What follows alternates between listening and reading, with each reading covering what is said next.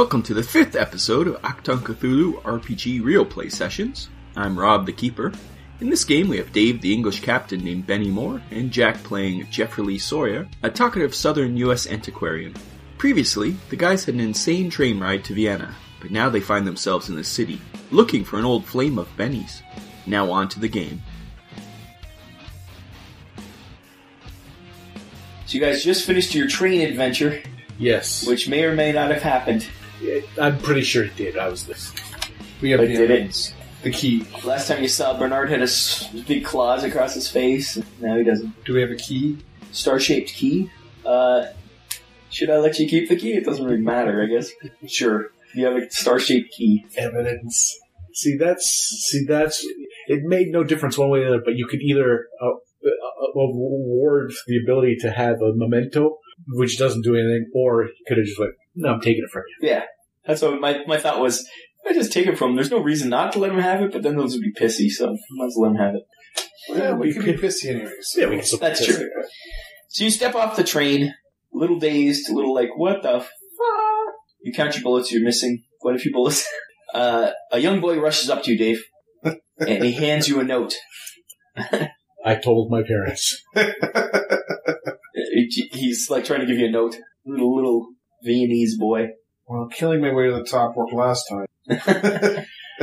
I'll take the note. He smiles, and as you take the note, he runs off.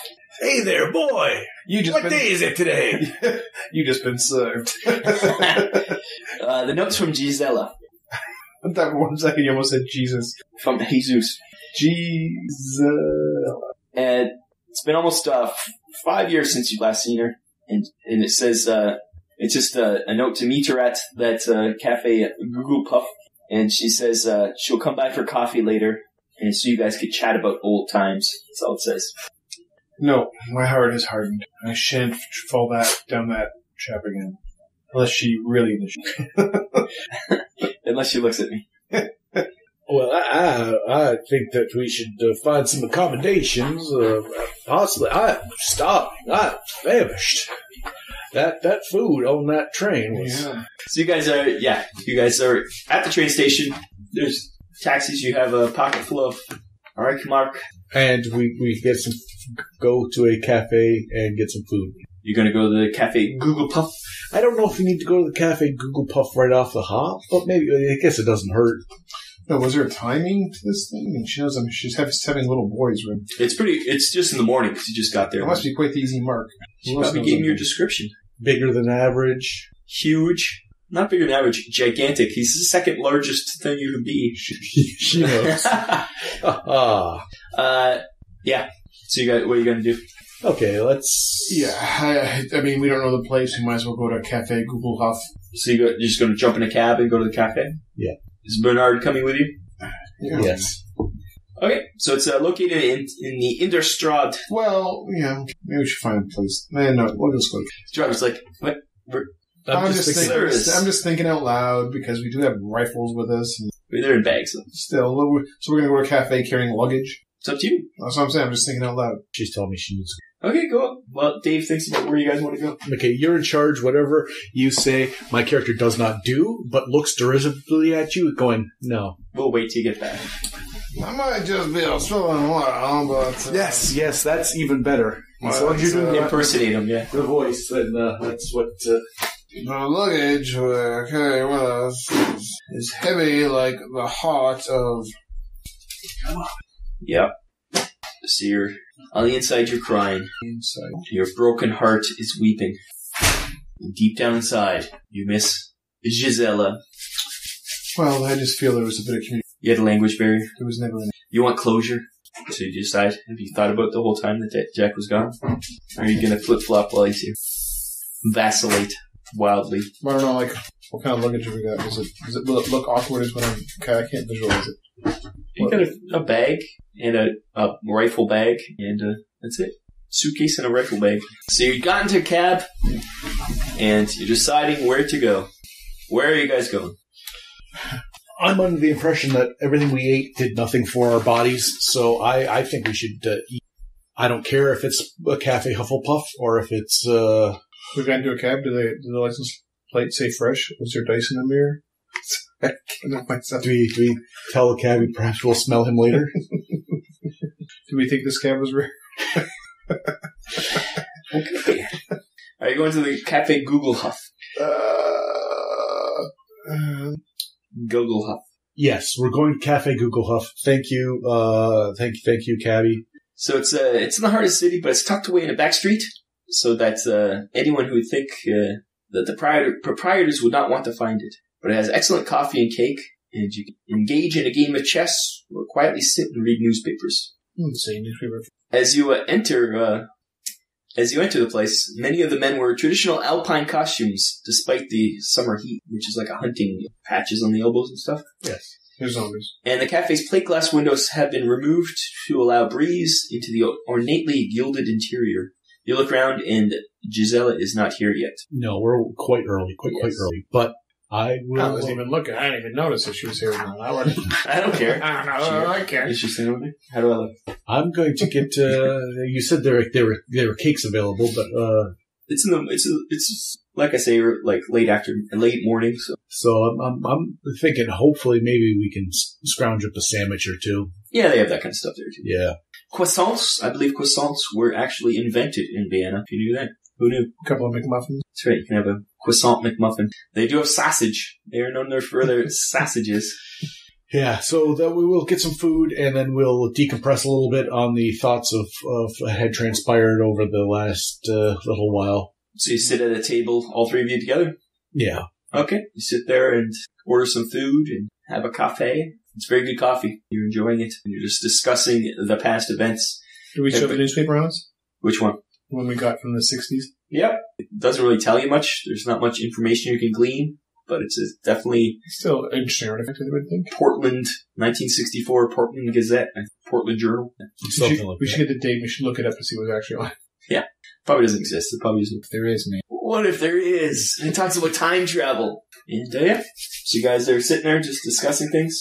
Time goes by. Afternoon wears on. People come and go. Giselle walks in for afternoon tea, or rather coffee. She's immaculately dressed in black, her face partially obscured by a netting of her elegant hat. She takes a seat at the rear of the cafe and orders some coffee and cake. She's of a medium height with pale complexion and rich chestnut curls, cut to the most fashionable yet practical style. Gisela is not what you would describe as a traditional beauty. She is, however, thoroughly captivating, and in no small part thanks to her charming personality and remarkable green eyes. So she's sitting there. Are you going to go? All of you go to approach, or are you just going to go, or what? She didn't seem to acknowledge your existence. Yeah, that's weird. That is weird that she wouldn't have scanned the room. It's a pretty big cafe, but you think she would actively make an effort to look around. You guys have become like super paranoid. Well, when she comes to this, she wouldn't if she thinks people are watching. Oh, it's an act. Like she noticed us, but she's acting like. She just sat down and she's like... Right, if she comes in and greets us, maybe watching us because we're the strange ones. If she comes, sits, makes her look funny, or maybe someone's watching her and she can't just... She's just drinking her tea. Okay, well then... we were told to... Yeah, and she may or may not be who we expect. Paranoia. What are you going to do? Just wait? Sit? Go over and talk to her. If it's earlier than when we were supposed to meet her by even... Was there a time? She just said later. There wasn't a time. So we'll just wait. You're just going to wait? I am. Are you waiting too, Dave? Or can you resist going to talk to your ex-Wayne? I just don't know what the... wait, she's probably got the contacts in the city to slip us a note and... She's riding... She's driving the this initiative bus. to not go over there. Yeah. If I go over there, then... Yeah, I think we'll sit and... So she finishes her coffee, and then she gets up and walks over to your table. Spot hidden.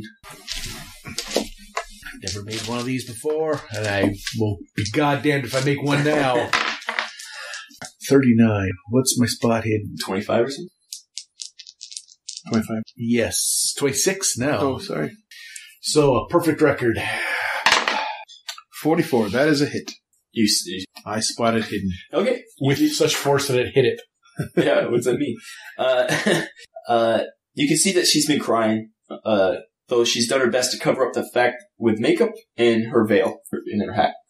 She checks her appearance in a small enameled powder compact, which you realize you gave her during your relationship, and she applies a fresh layer of lipstick. You're really trying to get me in the feels. She orders another coffee, and she talks to you. She has some reminiscence about the old times together. Oh, that's right. We used to date. So she's just, she's kind of not standoffish, but she seems a little distracted.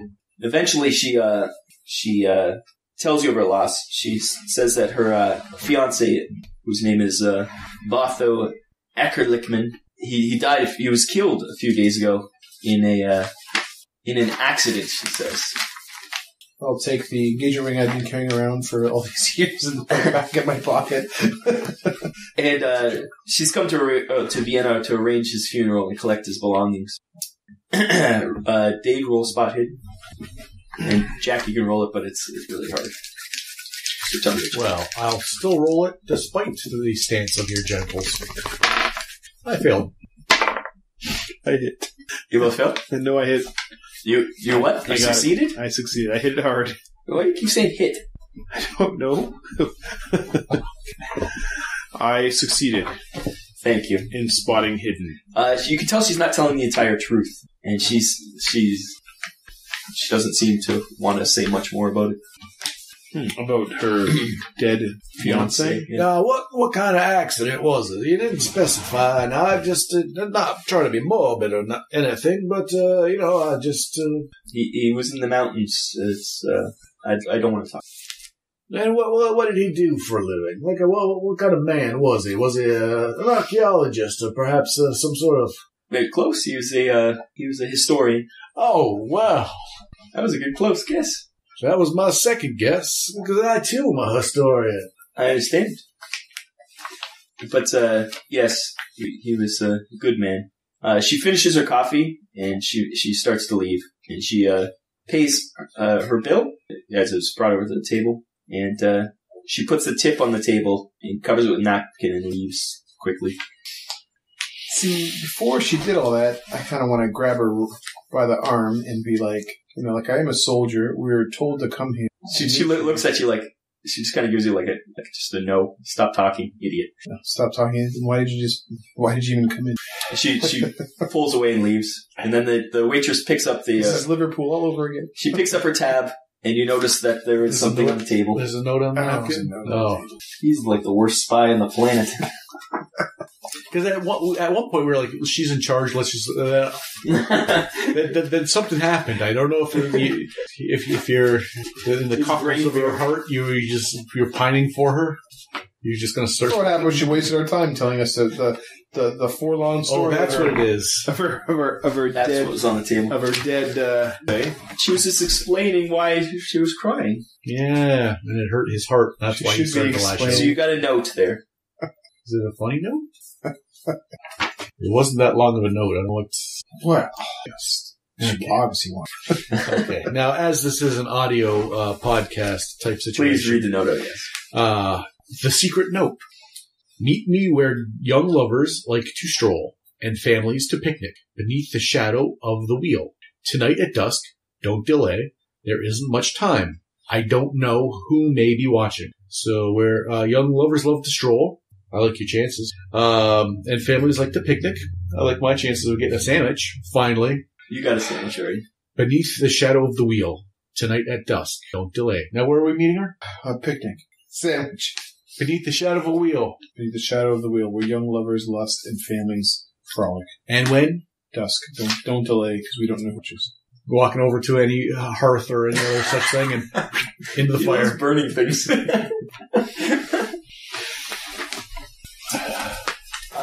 You don't know exactly what that means, but you can ask people what the wheel is. We could be tourists asking for the local picnicking spot by a wheel. Are you going to ask like your waitress or something? Not just yet. You're going to leave? Just yet. I think this is too close. Like we could distance ourselves from where we were just seen speaking to her. Was anyone watching us while we were doing all this? We were all spot hidden.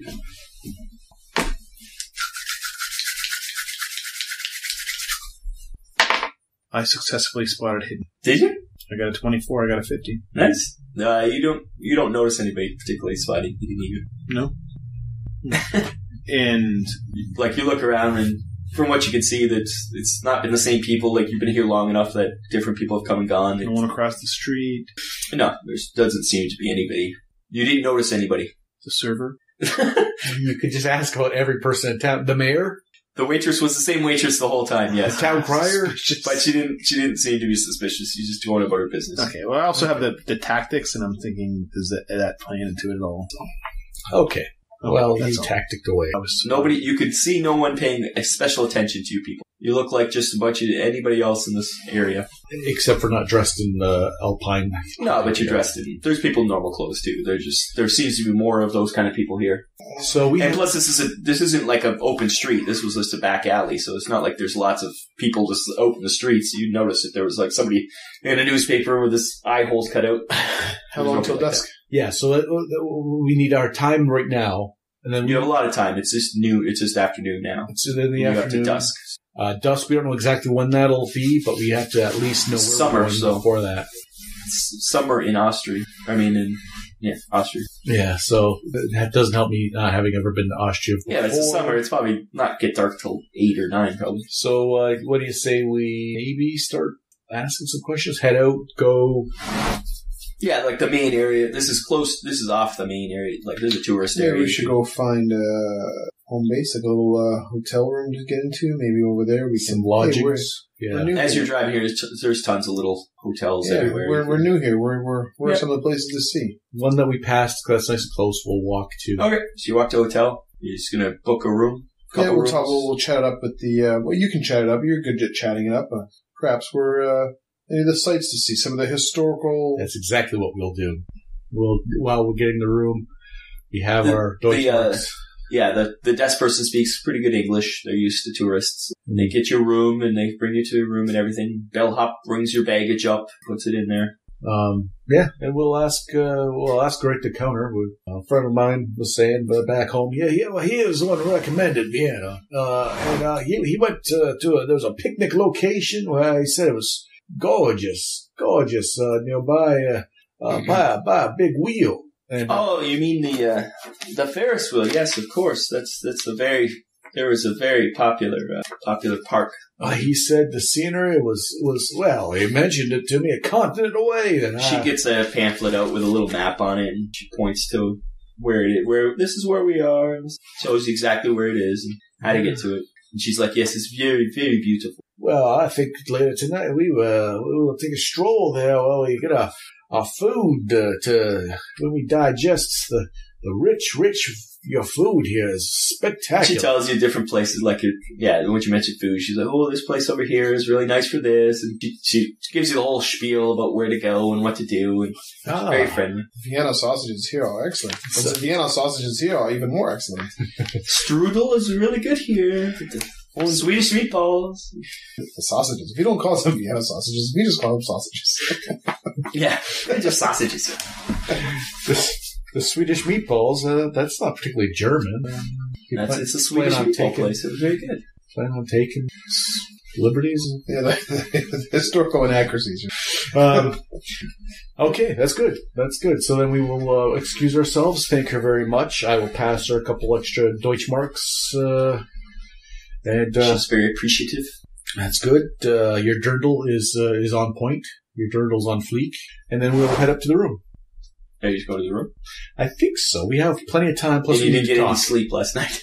Yeah, I was thinking the same thing. Perhaps get a nap. Recover our whatever. Rest Get a bit of rest. Okay. Yep. You go up to your room. They're fairly interesting rooms. I assume you got multiple rooms. Since they're extricating us maybe out of the country, 2 rooms. It's free money. They gave us money. You're making Bernard stay with for Benedict over there again? Yeah. Okay. So you guys get your rooms, put your stuff in there.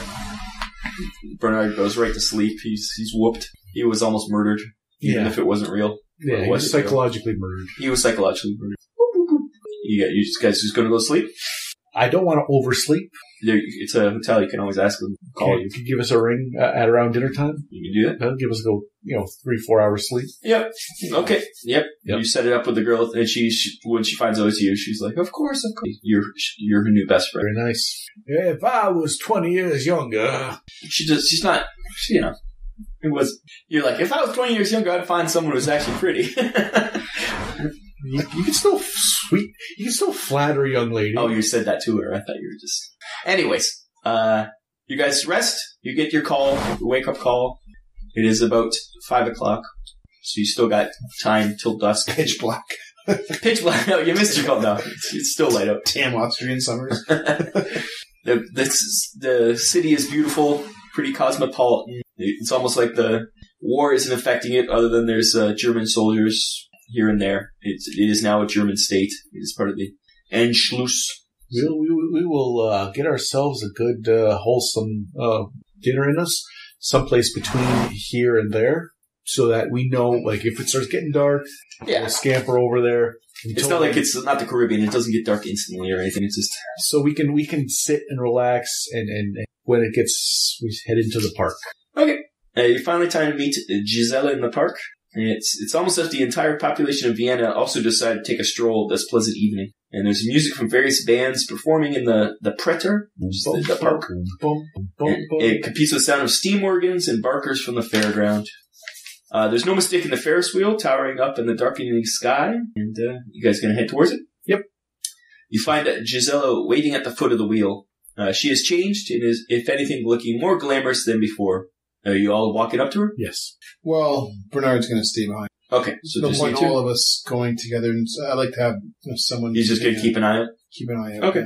So you two walk up to her. She looks like she'd rather just talk to you, but it's just two of you, so she's not...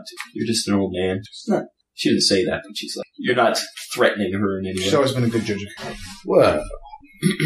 She gives you a kiss on each cheek as a greeting, and then she does it to you also, just as the standard greeting. And she links arms with you and leads you to a cafe, and she takes a seat. And this particular cafe has its own band playing endless variations of the waltz, and the clientele are noisy and distracted, and some are even dancing. So you guys sit down, and she's ready to talk. How uncomfortable is she that I'm also there? Even just a slight bit?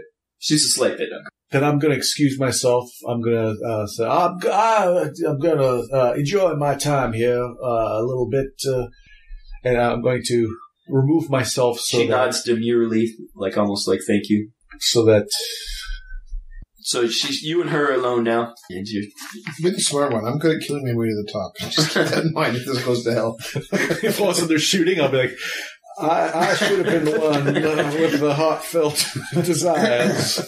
She suggests that you guys go dance. Go on the dance floor. She's like, you used to love to dance. Do you still dance? Oh, God, sure. Okay, so you go to the dance floor, and it gives you, she's like, whispers in your ear, like it'll make it less suspicious of talking.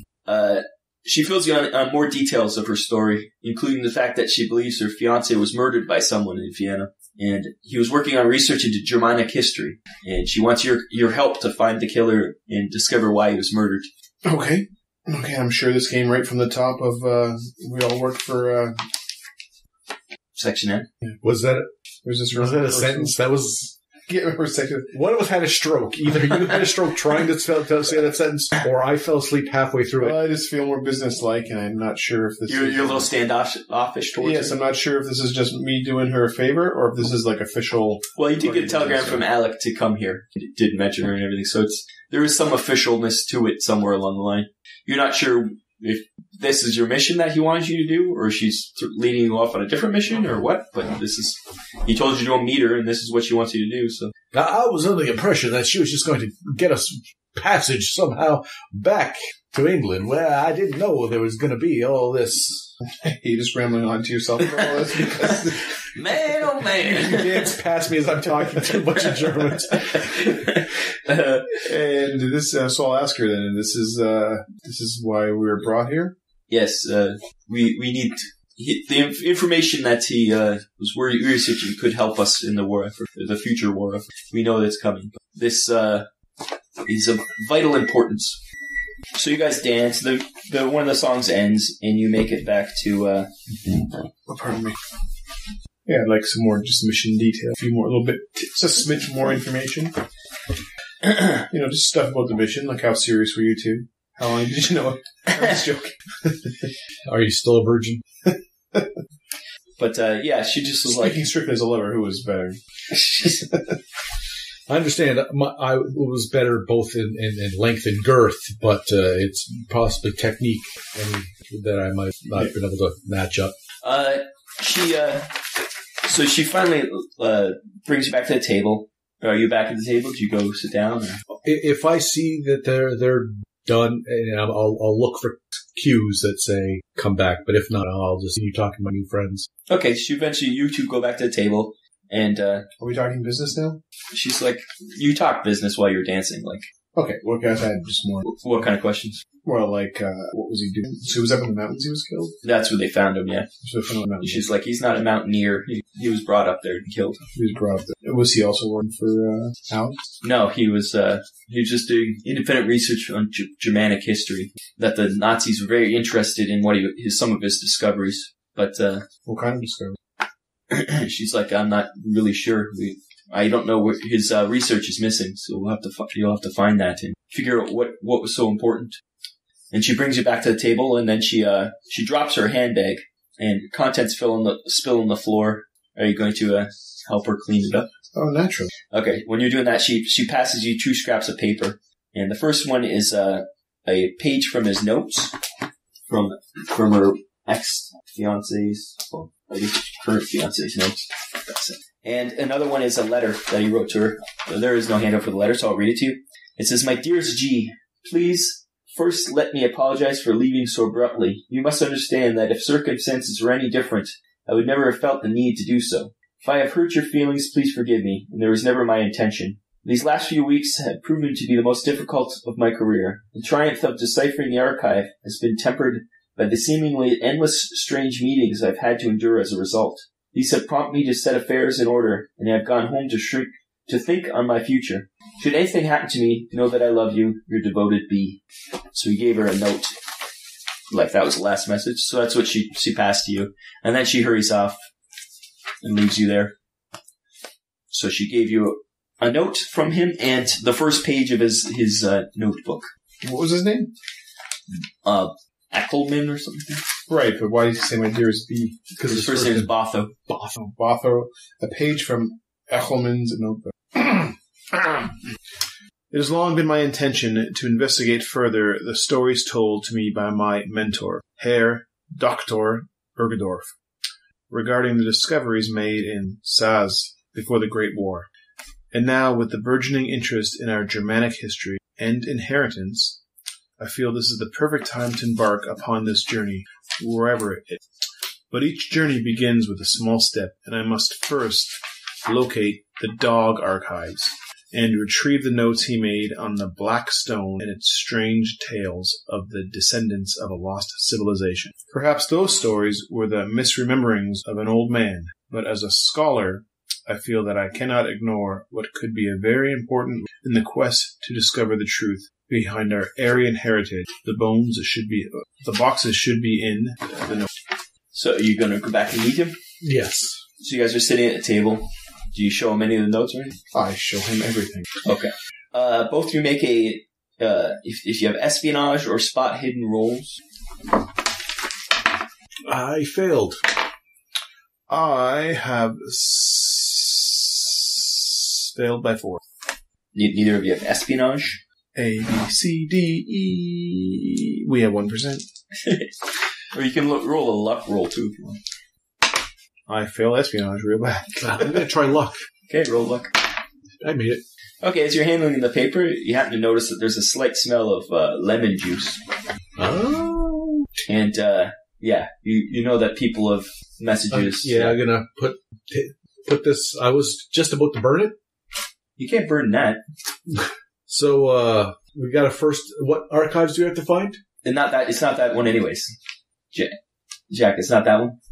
It's that's why this one's getting burned. You just burn all the evidence. That's like a piece of somebody's notebook. You're trying to find the notebook. You're going to burn a piece of the notebook. Hans, would you shut the fuck up over there? I don't remember asking your opinion. I'll take that lederhosen and wrap it around your head until you can't breathe. It's the letter, anyways. I'll just take my lighter here and put this nicely in my pocket. The letter is the one that has the messages. Okay. See. So I will suggest that we go back to our hotel room for the night. Okay. So then once we get to the hotel room, clearly there's got to be a lamp in there. You're going to use it I'm going to heat the bulb up as hot as, then I'm going to waft it. Yep. You get that message. You can read it out hidden loud. Message. If you can read it, it's hard to read. Look to the Mexican, apothecary's bookshop. There lies the key to unlock the gates of history. And below that is looks like a book being read by a demon, surrounded by various runes. With your roll occult rules. Well, see, now we're getting into my wheelhouse. This is starting to be where I'm at 49 for that. So let's see. I failed. Occult? Yeah. I got a 9. There you go. So you made your occult roll? Oh yeah, my occult's 50. You've heard of, amazingly Jack hasn't heard of this book club, but there's a Sphinx reading club that's famous in the occult circles that's in Vienna, and that's their symbol. I'm more religious, not the occult. That's... And, but as for the Mexican apothecary, you're like, that's weird. And you have to ask around about apothecaries or... Okay. It's a pharmacy. But it's a Mexican apothecary bookstore. You're like, what the hell? That's such a weird It's a Mexican pharmacy bookstore? Yeah. Like, it's just, you're like, that doesn't make any sense. That doesn't make any sense, yeah. Though. Or does it pharmacy getting better? Magic books? Healing? Oh, just words that I'm saying. You can, roll on, occult again. Both of you roll occult. 18. I made it. 53. I just barely didn't. So this time, you're like, when he says Mexican healing bookstore, you're like, well, there's some bookstores in Vienna that I've heard of, since you're so obsessed with books, that, but more of from the occult angle, not from any of those things. It's like, you're like, well, there's one famous occult bookstore run by an Ernst Precht, and it could be, maybe they're talking about, it could be, like, that's the only bookstore that comes to mind, in occult-wise. Like, you're like, well, that is a good place to start. I heard of this man. His work is par excellence. His ability to track down and acquire books, it's quite enviable, and I would love to pay him a visit. But I say we bed ourselves for the night, and we will. Now, I might just be a Southern lawyer, but I think we got ourselves kind of a mystery. So you have two clues, really: the Sphinx reading club, I should say, and the occult bookstore. You have to think about that as you drift off to your slumber. Ruminate on that. And there you go. Okay. You gonna do anything in the night? Keep watch. The two of us. You and Bernard are gonna take turns? Our Now that she's gone, I can think clearly again. She seems pretty spooked, so if she's being watched, there's a chance to make sure. Okay. So we'll split the time. Yep, you don't notice it. You look out the window, keep an eye out. You don't notice anything. As a soldier's probably pretty standard. Yeah, and you've already had a nap already, so you don't need full 8 hours sleep, unlike some people who sleeps like a babe. So next day dawns, you get your breakfast, complimentary breakfast at the hotel. Sausage. A lot of sausages and croissants. Well, thank you, Broomhilda. I do appreciate the hospitality, and I do think that we'll be staying an additional night for sure. We were planning on moving on and doing some sightseeing, but quite frankly, you've been a doll. I love the bed. My God, the feathers on the pillows, the duvet was a treat. I would say at least another night, and I will offer to get us the room again if we have the Deutschmarks. If we got the yeah, I have enough money they gave you enough to get a few nights stay and food. And okay, very good. We will. Okay, so what are you guys going to do? Well, we just need to ask someone, or perhaps being a historian, you might want to check out some of the... So I'll ask Brunhilde, where's I heard about this Lech's bookstore, and we would like to make a stop there. Any other things that she might think. She's like, I'm not sure about a bookstore. What's the name again? The name was, I like that look. The name was, Ernst Pritched. She didn't see the. When I said Pritched, she didn't seem to. She picks up the phone, makes a call, and sounds like she's calling the operator, and they talk in German for. Or she's calling her boss, letting us know that we're on to it. I would put the gun on high alert. So she hangs up and she's like, Is that her code name now? Is that what you meant? She writes down an address and she hands it to you. She's like, yeah, I called and this is the name of a bookstore owned by this person. This is the address. Oh, Dankeschön. That is very kind of you. See, I made the right choice. This has been a treat. But we better get going. My Cholo friend here needs to stretch his legs. Okay. You guys gonna go to the bookstore? Yes. It's you have to take a cab there. It's in Old Town, so it's a little ways away. Okay. So you end up at a little bookstore in a nameless street in Old Town, but it's hardly a welcoming sight. The meager display of books in the shop's windows are covered with thick layer of dust and cobwebs. The windows themselves are equally filthy, and faded watercolor poster depicting a scene from Wolfram van Eschenbach's Parzival, probably intended as an advertisement for the shop's wares, hangs askew in one of them. You guys gonna go in?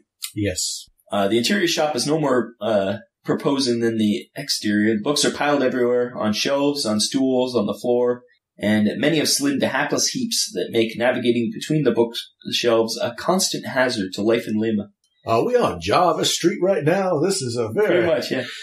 The air is heavy with the smell of moldering tombs, tobacco smoke, and unfamiliar herbs, while strange painting and objects dangle at uncomfortable angles from the crowded walls. And there appears to be nobody in the shop, but the bell above the door makes a clunk noise as you enter, and you can hear from behind a curtain, behind the desk, at the rear of the premises, some noise as somebody pops their head out.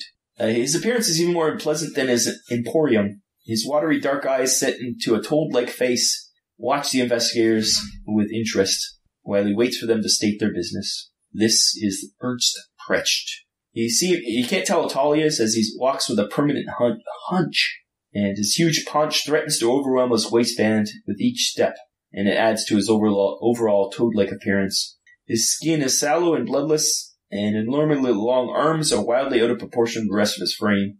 Although he is well advanced in years, he does not show it, and most people attempt to avoid his black, damp gaze as they find it most unsettling. May I ask your business here? He came at us with English. Well, Herr Precht, I was we were tourists in town, and I seem to remember in the back of my mind as a collector of historical tomes and books of all sorts that this might be the locale in which your shop was, and I decided to stop by and peruse your... You might have heard me. I might just be a Southern lawyer, but I'm also Jeffrey Lee Sawyer. I've... Apparently, my clumsy friend here... Yeah, he knocks over some books there. Are you finished? Oh, so, I was going to look around and look how the books are organized and just have a look around. Okay. So I will engage... I understand his asking about books, unpleasant visage, but I will engage him with all the things that make my heart go twitter. I will...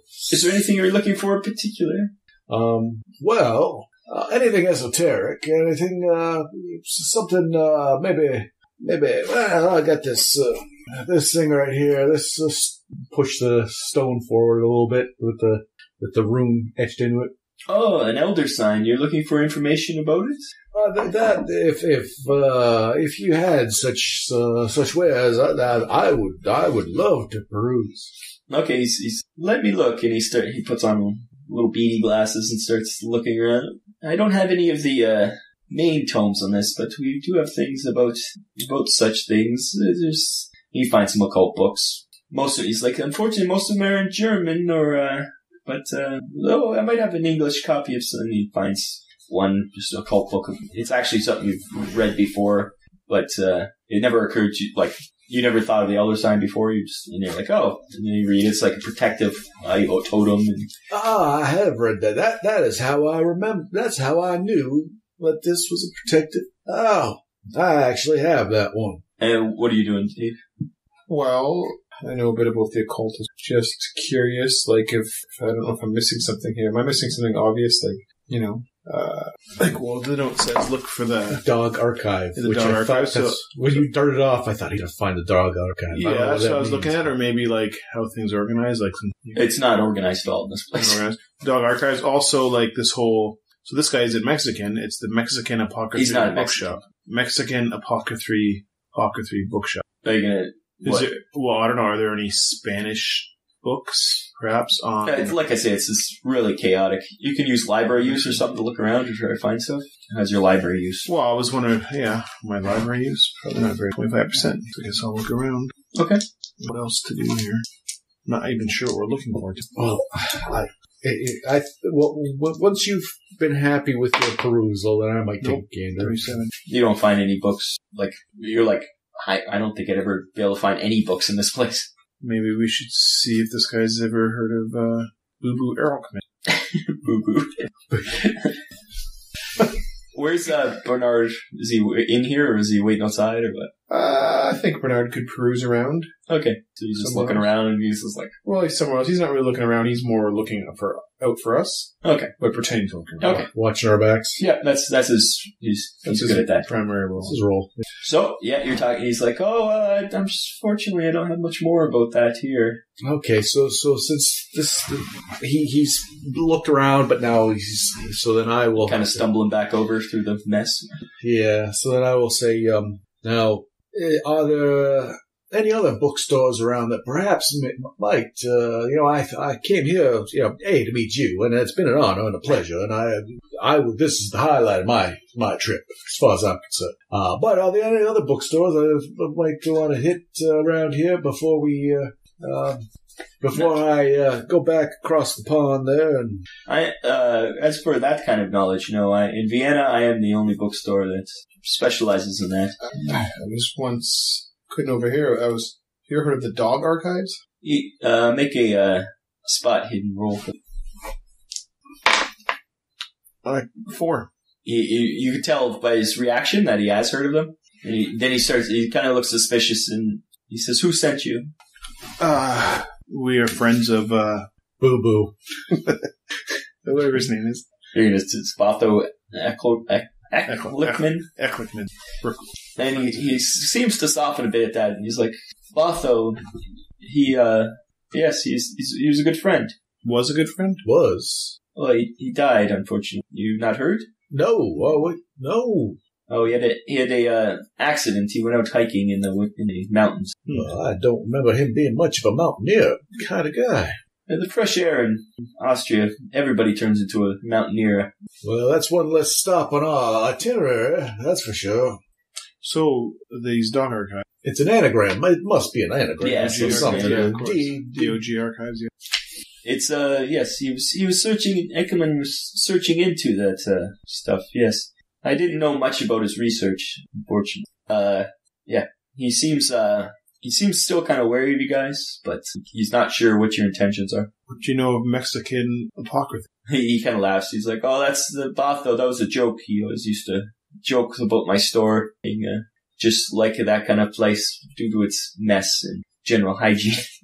Oh, that Botho. A Mexican apothecary. Oh, that does sound like something he would say. God bless him. So, what? Yes, you never heard. Yeah, unfortunately, he died. But you're interested in? Are you researching also the history? Well, we were planning on doing a little collaboration. In fact, with once we got up to speed, he was quite certain that I would be able to help him with his research with leaps and bounds. Make a fast talk roll. I will make a fast talk roll. Where's my fast talk? 50%. Okay, let's do it. You can't do it. I certainly Greeny, Greeny, don't fail me now. I did it. Yay! Put a check mark next to your fast talk. No, you don't tell me what to do. You gotta remember to mark down what you use. Again, I just got to finish saying. You don't tell me what to do. Well, I used the occult already. Yeah, mark down. You both used the code. Did you succeed? I did succeed. You did, but what you succeeded? He failed. But he But then we did it again, and he succeeded a cult the second time. That's right. Yeah. Mark next to a cult too. Don't like the. He's like, and I just did a spot hidden as well. Did I not? Did you succeed? Yeah, because I noticed that he Oh, that's right. Yep. knew about the DOG. DOG. The DOG to the GOD. Snoop D-O-G-G. Down with me. Well, he did leave something with me. I don't really understand it, but maybe you could understand it more. Well, let me take a look here. It says, the formula, entropy, the state of chaos and decay. That is true. That is the dictionary definition. S equals A log W. Now, I might just be a southern lawyer. Either of you have physics or math? Well, K, Do you have physics or math? physics or math. I have physics 1%, and I have math. There is no math. I think it's under science or something like that. Okay, there's no science. Yeah, it's in there somewhere. I just can't remember. A for arithmetic? No. I'm going to go on a limb and say what he actually requires is physics or... You can use your intelligence. Intelligence times 3? Okay, I'll do that. Okay. Was that 54 again? We keep having to think of this. What's your intelligence? Yeah, 54 times 3. 54, yeah. So roll your intelligence. But I just made up by times 3. Like I just said that. It's always times 3. Just skill 6. Oh, okay. 34, yes. You made it? So you do recognize this as a famous equation from Ludwig Boltzmann. It describes entropy. And, are you going to say? Yeah, I will say, oh, well, I do understand this a little bit. This is a physics equation, involving entropy, and, it's just mathematics. Clearly S equals K. Well, you get the rest.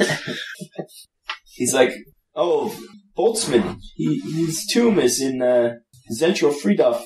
It's in a famous cemetery. His tomb is there, yeah. That makes sense. Oh, so where was that tomb again now? Do you remember where that was? Yeah, but he just... It's a huge cemetery. He's like, yeah, they, So we're close. Because I do plan to throw him in the fire next. throw the guy in the fire. Okay, the only thing is, I don't know if we're missing a physical key. Or was this the key was to find the cemetery? We'll know when we get there. I guess so. So I will thank him very, very much for his help. I'm going to give him a business card and say, if you ever find yourselves in the United States of America, say fleeing from whatever future may hold, because we do know a world war happens.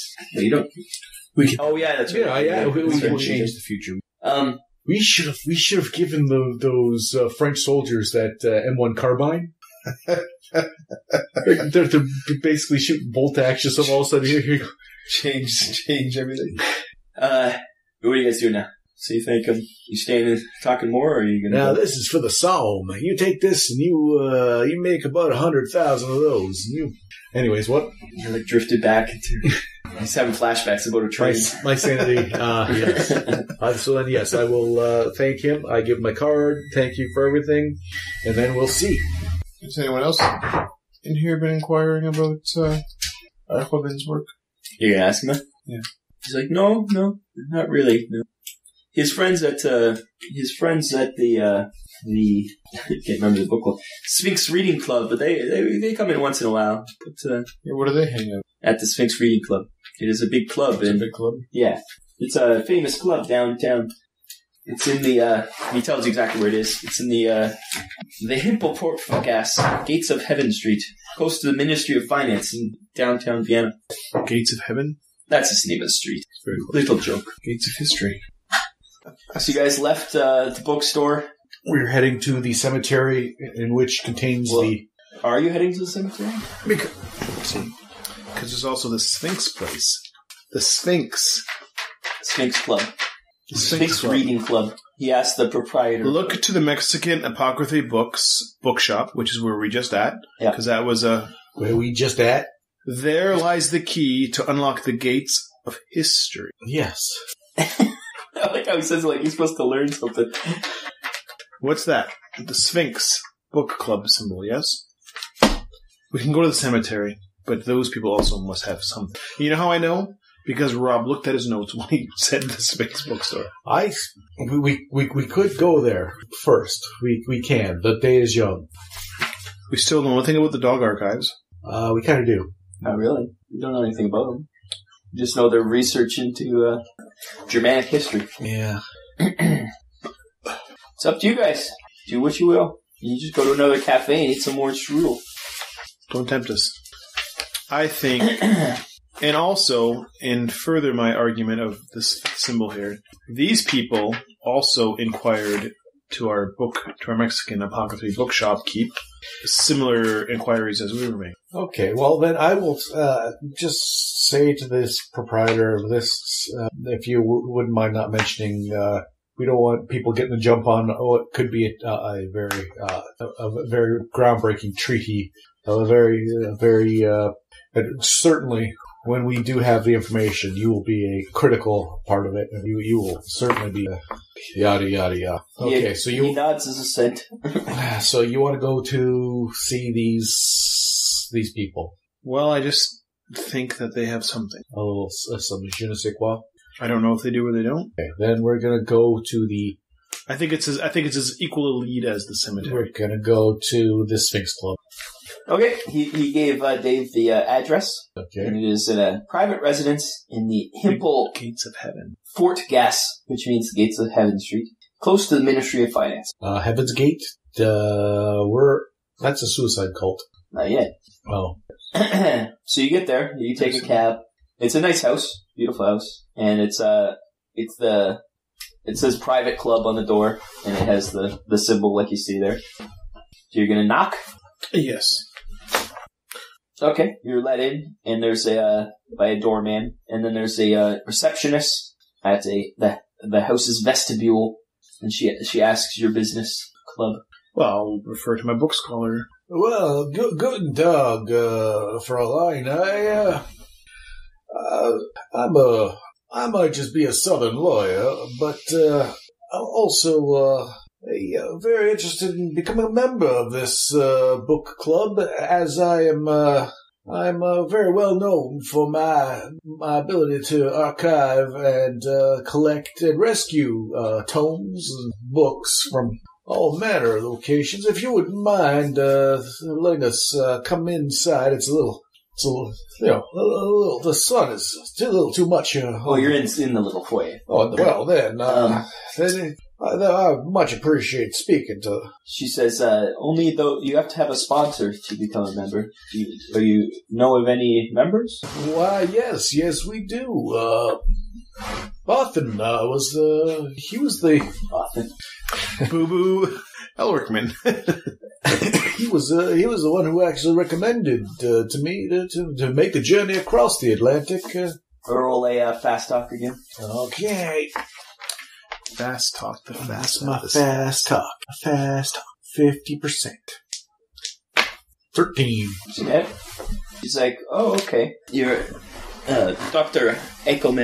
Ehrlichman is he's a renowned member. Yes. He's not here right now, but I'm sure we could let you in and under his since you're friends with him, to have a look around. That would be splendid. And she ushers you past the front door there. There's a bunch of scholars around. It's like a gentleman's club, and she says to talk to Mr. Seidler. He is the club secretary, and he'd be able to start you on your journey to becoming a member under Dr. Eckelman's auspices, as it were. So you're going to the club. There's like a nice reading room / club area for sitting, having drinks, reading books. Do you have a lot of books here? Not in this room necessarily. There's other rooms. Perhaps you can see it goes off. Perhaps archives of books. There is a elderly gentleman with thinning snow white hair and an incredibly neatly trimmed goatee. He's standing near the fire. He's wearing a comfortable tweed suit. He's short and seems to be just enjoying the fire by himself. He seems to be enjoying the fire, Jack. And then there's a bunch of other people. You can see one group of people. There's another man who's there's a bunch of people around him, and they're all listening to him. He's tall, slightly underweight, and clean shaven, and he's smoking He's not smoking, but he has a cigarette case that he keeps flipping, and he's talking to a bunch of people. Okay, for a Seidler. You gonna ask somebody, or are you gonna? Yeah, I think the guy who's alone by himself guy one who's enjoying. You're gonna walk up to him and just say, "Yes, we're here to see Mr. Sadler. We were instructed to point us in the right direction." Well, you're in the perfect direction. You're American. I am Mr. Sadler. You can call me Wilhelm. How may I help you? Are you guests of another member here? Why, yes. We're with Boffin Eckelman, and he's planning on sponsoring me to enter your club here. I guess my renown might be enough to do that, but he said it does require a little bit of a thing. This is my associate. We're traveling Europe right now, just looking for various esoteric tomes and basically living life. And when you say that, he's just like, oh, okay. And so, have you heard from Botho? We haven't seen him in a while. No, we've yet to. We're doing a little sightseeing, and hopefully within the next day or two, I will be meeting him in person. And my wife is growing very fond of him. She wanted me to give him a little present, a little token of our affection, and so within a day or two. Although he did mention to us to make sure if we did get in here to have a look at those dog archives. Yeah, well, let's. You mentioned it. I don't know. One thing at a time. Like he was saying something about a key too. You're better at remembering this kind of thing, huh?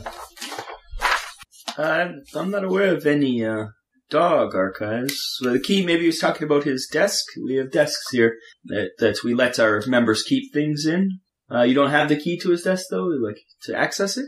No, not a physical key, but I would certainly like to take a look around and see where it is that he's doing all this fantastic work of his. Well, it's like you said, it's just an area that they can store things, and yeah, when they're doing research, he does mention they have a nice library and even a museum of things that people have collected. Oh, very fascinating. He's been just. And he says, feel free to look around, and it's as any friend of Botho's is a friend of mine. It's good to have friends nowadays. It's the club is getting less what we in Botho and I hoped it would be. There's groups who are researching things which we'd rather stay away from. A lot of political things, you know what I'm saying? I understand completely. Well, we will let you recline by your fire here. It's cozy. Oh boy, I would wish I could stay here for as long as I cared to. But we'll take a gander around, and then you'll be hearing from us again, and hopefully by then we'll be ready to make this official. He just thanks you for your time, and he goes about staring at the fire again. And it sounds like we have carte blanche to wander around, so let's find that desk of his. Mm-hmm. So you're just going to wander around? Yes.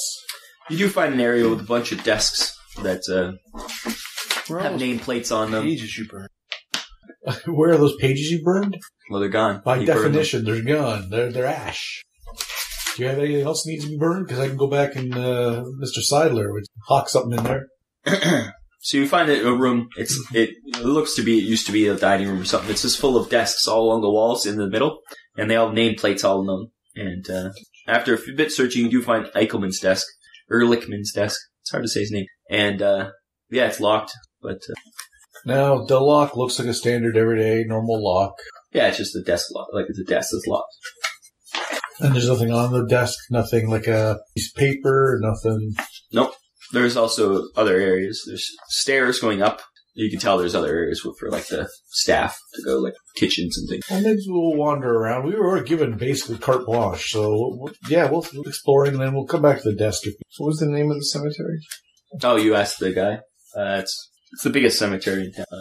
It's called the Zentral Friedhof. Keep rereading this note here. I must first locate the dog, D-O-G, archives and retrieve the notes he made on the Blackstone, implying that DOG is a person, maybe short for the DOG archives, and retrieve the notes he made on the Blackstone and its strange tales.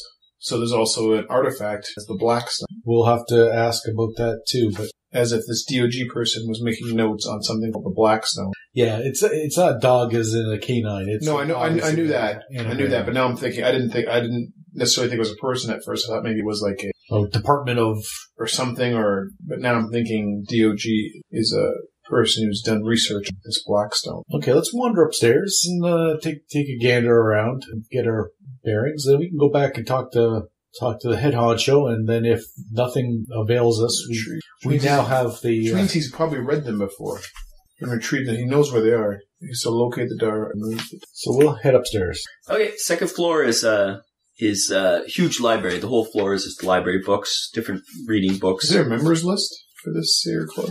Oh, well, all the desks are here. Maybe we could just wander the circumference of the room and looking for a person whose initials would be DOG or DG. Or start with DOG. There's a librarian at the library. Are you going to go back downstairs to go down? Well, we can do that afterwards since we're here. Yeah. They look fun.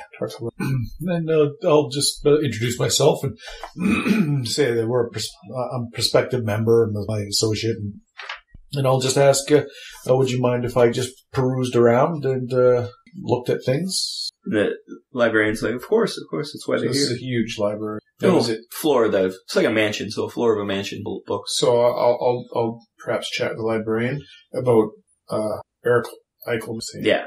Eichelman, like, was there any... What was he looking at last? Yeah, what were his particular interests? How was that? Oh, you're friends of Ehrlichman, eh? Yes, he was a unique guy.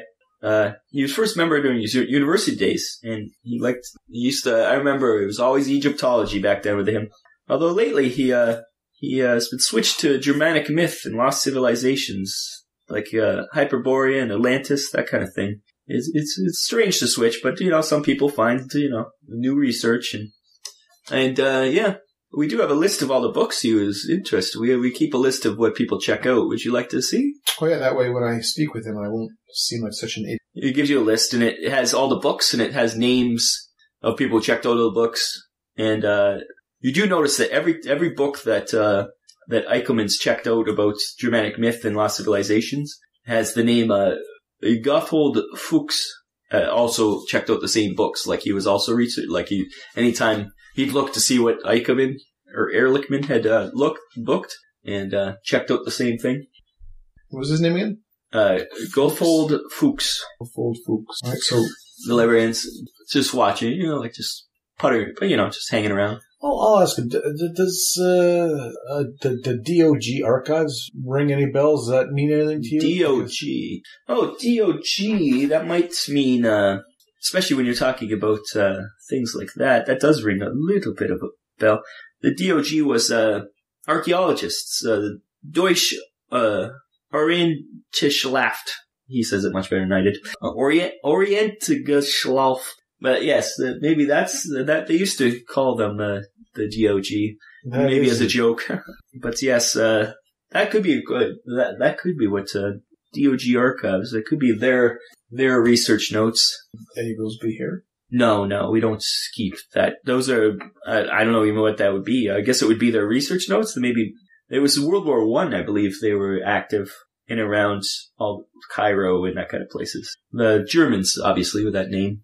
I have no idea where that would be. Something that I assume maybe in Germany, I guess. They would keep that kind of thing. I'm not sure. But that does correspond with the kind of stuff that Ehrlichman was researching. Yeah, well, he was telling us that perhaps we should be looking for something called the Black Stone. So we were...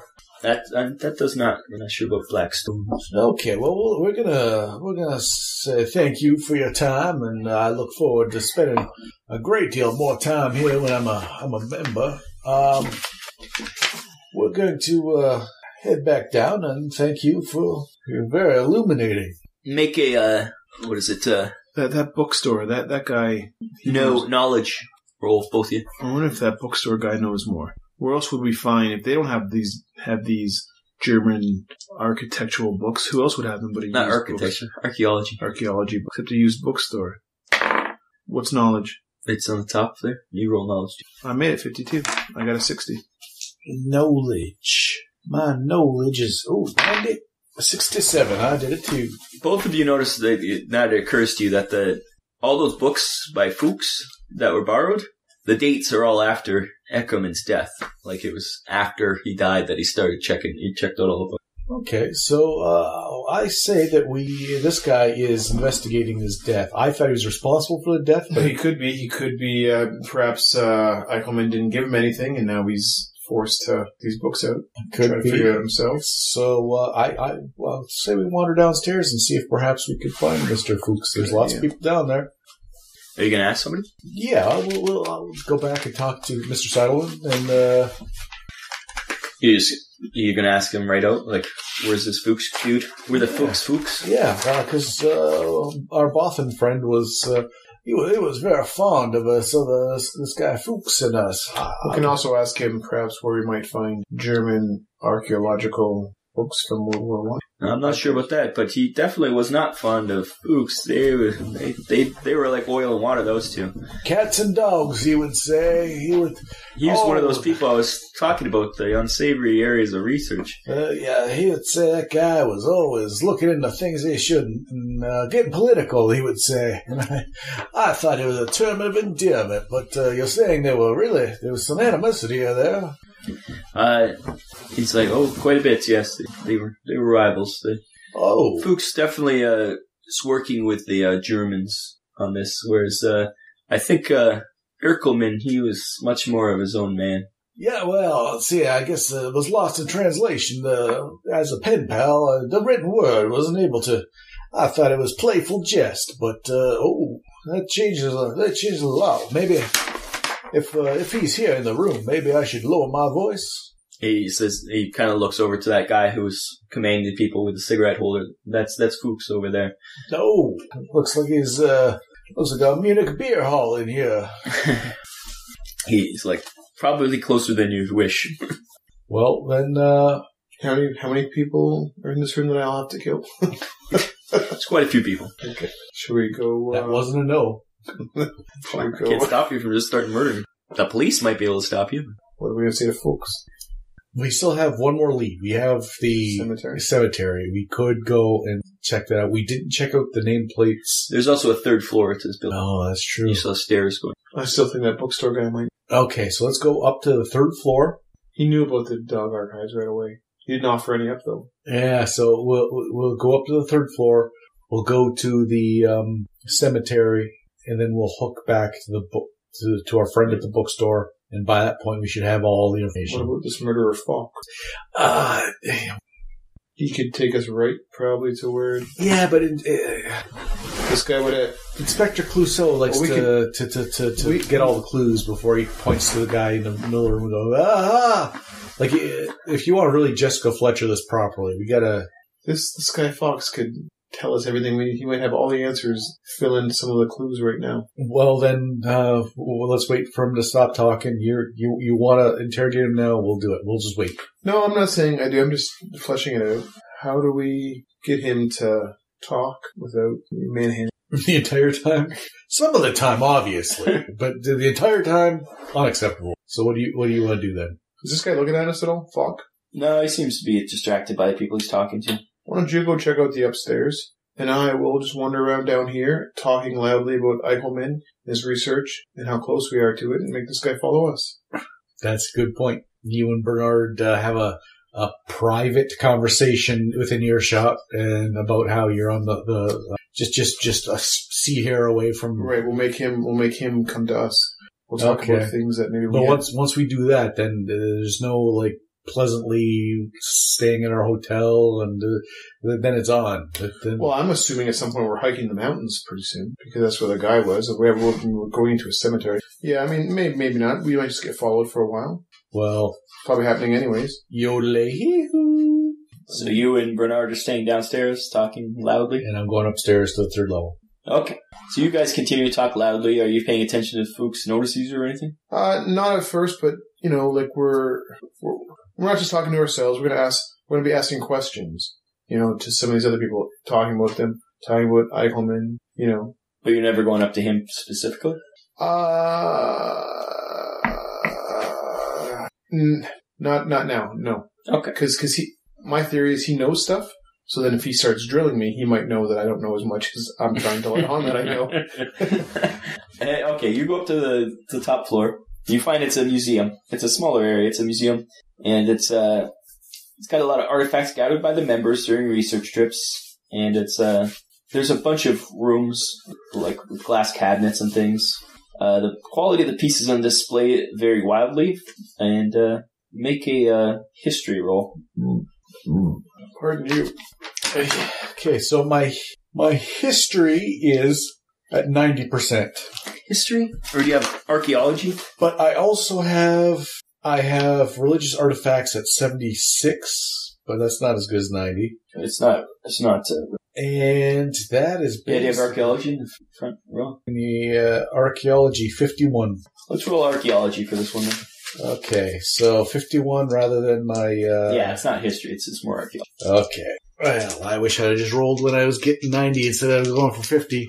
Talked myself right into this. Okay. 92. You would have been anyways. Okay, you just you look around. There's nothing that really catches your eye. A lot of weird artifacts. I'll be looking around, but the whole time the black stone will reach my back as I'm just like, oh, yeah. The what? The black stone. No. And then I'll... Yep. Okay, you look around and you take into everything that's there, but you don't actually notice anything particularly important. Meanwhile, you downstairs, you're talking, and you do catch that Fuchs keeps looking your way every once in a while, but isn't moving towards you or anything. He just kind of keeps like glancing towards you, kind of like not suspicious, but just keeping an eye on you, trying to size you up, kind of without trying to be obvious. That's good. It's basically what we wanted. Eventually, Jack comes back down from upstairs. I will tell him what I saw in the best detail I can. Do you see any history artifact, anything history related? No, I am completely oblivious to all things. There was lots of history related, but nothing caught your eye. Nothing caught my eye.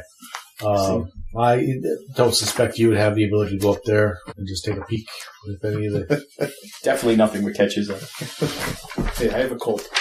Okay, so did you were you able to cast a lure into the pond that is... Well, he's interested, but he hasn't punched me square in the jaw or anything. Okay, well, that shows he's not blind. Shall we... Perhaps we should make contact now that you're here, since you're smart. You know, you don't cast a lure into the pond and then jump in with a spear gun. You let that bobber float. I say we head out. We can either go to the cemetery or we can talk to our friend the Toad from the Mexican apothecary and just see if we have to come back. We can come back. Or do you want to pistol whip someone? Like, is that No. I got to do that. My plan was to let him know that people were poking around, and we'll see where that gets us. Either Hornet's Nest or... So you guys leave it? Yep. Okay. You go out to the street. Where are you guys heading? the Toad or the Tombstone? The Toad or the Tombstone? It's like a Rankin Bass claymation special. The Toad and the Tombstone. We still don't really know very much. No, this is. Or do you? You just don't realize how much you know. Well, I don't know. We'll find out if Falk, Fuchs. if Fuchs is wherever we go now, like I said, it's suspect that we're leading people to the end of.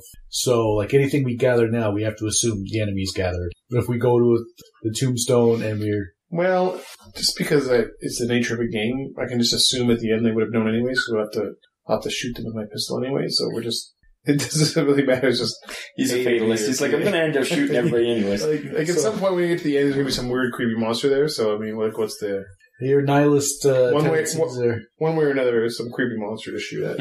Okay, so then we are going to head. It's up to you. I'm not right now. It's about. I'd say it's about 3 in the afternoon. After I'm not for sure on this bookstore guy. I don't know. Did he? As you're discussing this on the street, a beggar bumps into you, Jack. And you check your possessions. Yeah, you check your possessions. So when you check your possessions, you find this in your pocket. Okay, I'll go. Oh, very interesting. I'm not going to look at it. I'm just going to go, okay, let's start walking. Start walking. Okay. And as soon as I'll start leading them I'm going around. to have, Bernard, keep Watcher 6. Yeah, Watcher 6, you can walk over. We'll start. Okay. It's, You're going to have Bernard as not walking with you, but kind of just keep an eye on you from the other side of the street or something? Yeah. as soon as we get some distance, and I'm going to reach in and give one of these. The strange note. A Pasquino has lost his voice. His dearest Lucrenza is concerned for his health. There are too many sausages in the pantry. Please come home and help your sister. She cannot run the family restaurant alone. At first you're like, what the hell? But then you realize when you're back at Section M during the weeks you're waiting, they did train you on some code names for the certain people. And Pasquano and Lucrenza are code names for 2 Section M agents in Rome. And obviously the note means something's gone wrong in Rome. And So Pasquino's dead, or just MIA. And he says, given the subtlety in the message, it's Lucrenzo's desperate for help because it's not that subtle. And it looks like Pasquenzo disappeared. And the less sophisticated sausage reference obviously means there's German activity in Rome. And so that might be something you guys might want to look into in the future. Okay, so the 2 names were. Pasquani and Luciani. Okay, I'll start wandering over to a table, with candles on it. Stop burning our evidence. Okay, that is encoded, and that's fine. Did you burn it? No. Okay. It's good, probably because by the time we play next session, you'll be like, what the fuck did that say? So, where are you guys going? cemetery, Going down to the cemetery. looking for love. Got there, and your baby was buried. Had to dig her up. So the cemetery is Doesn't know 13 engines, but he knows headstones. So it's located in this southeast of central part of Vienna, and it's where Ludwig Boltzmann is interred. He's got a tomb there, and there's a lot of it's a popular attraction, actually. It's not hard to find. It's amongst other honorary graves, act as a macabre attraction for both visitors and locals alike. And when you eventually get to his grave, you do notice that equation that was on that piece of paper is carved in the top of top of the slab on the monument. There's lots of people around. It's still pretty daylight out, so there's tons of tourists around. And below his monument there is a stern, imposing bust of the physicist himself. And there's a few trees on each side, and the grave is covered with flowers. You guys gonna look around?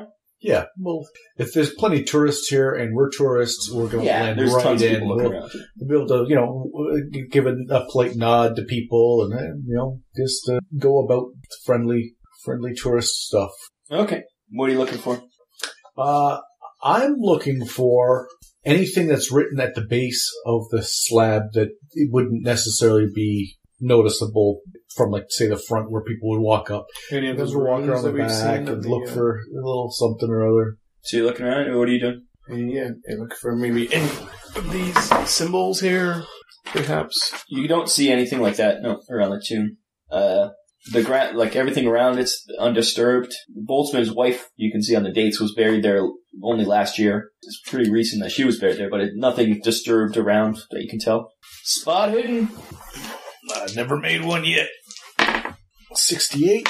No, there's no way that was. 65. You guys suck. Oh, you have my green dice?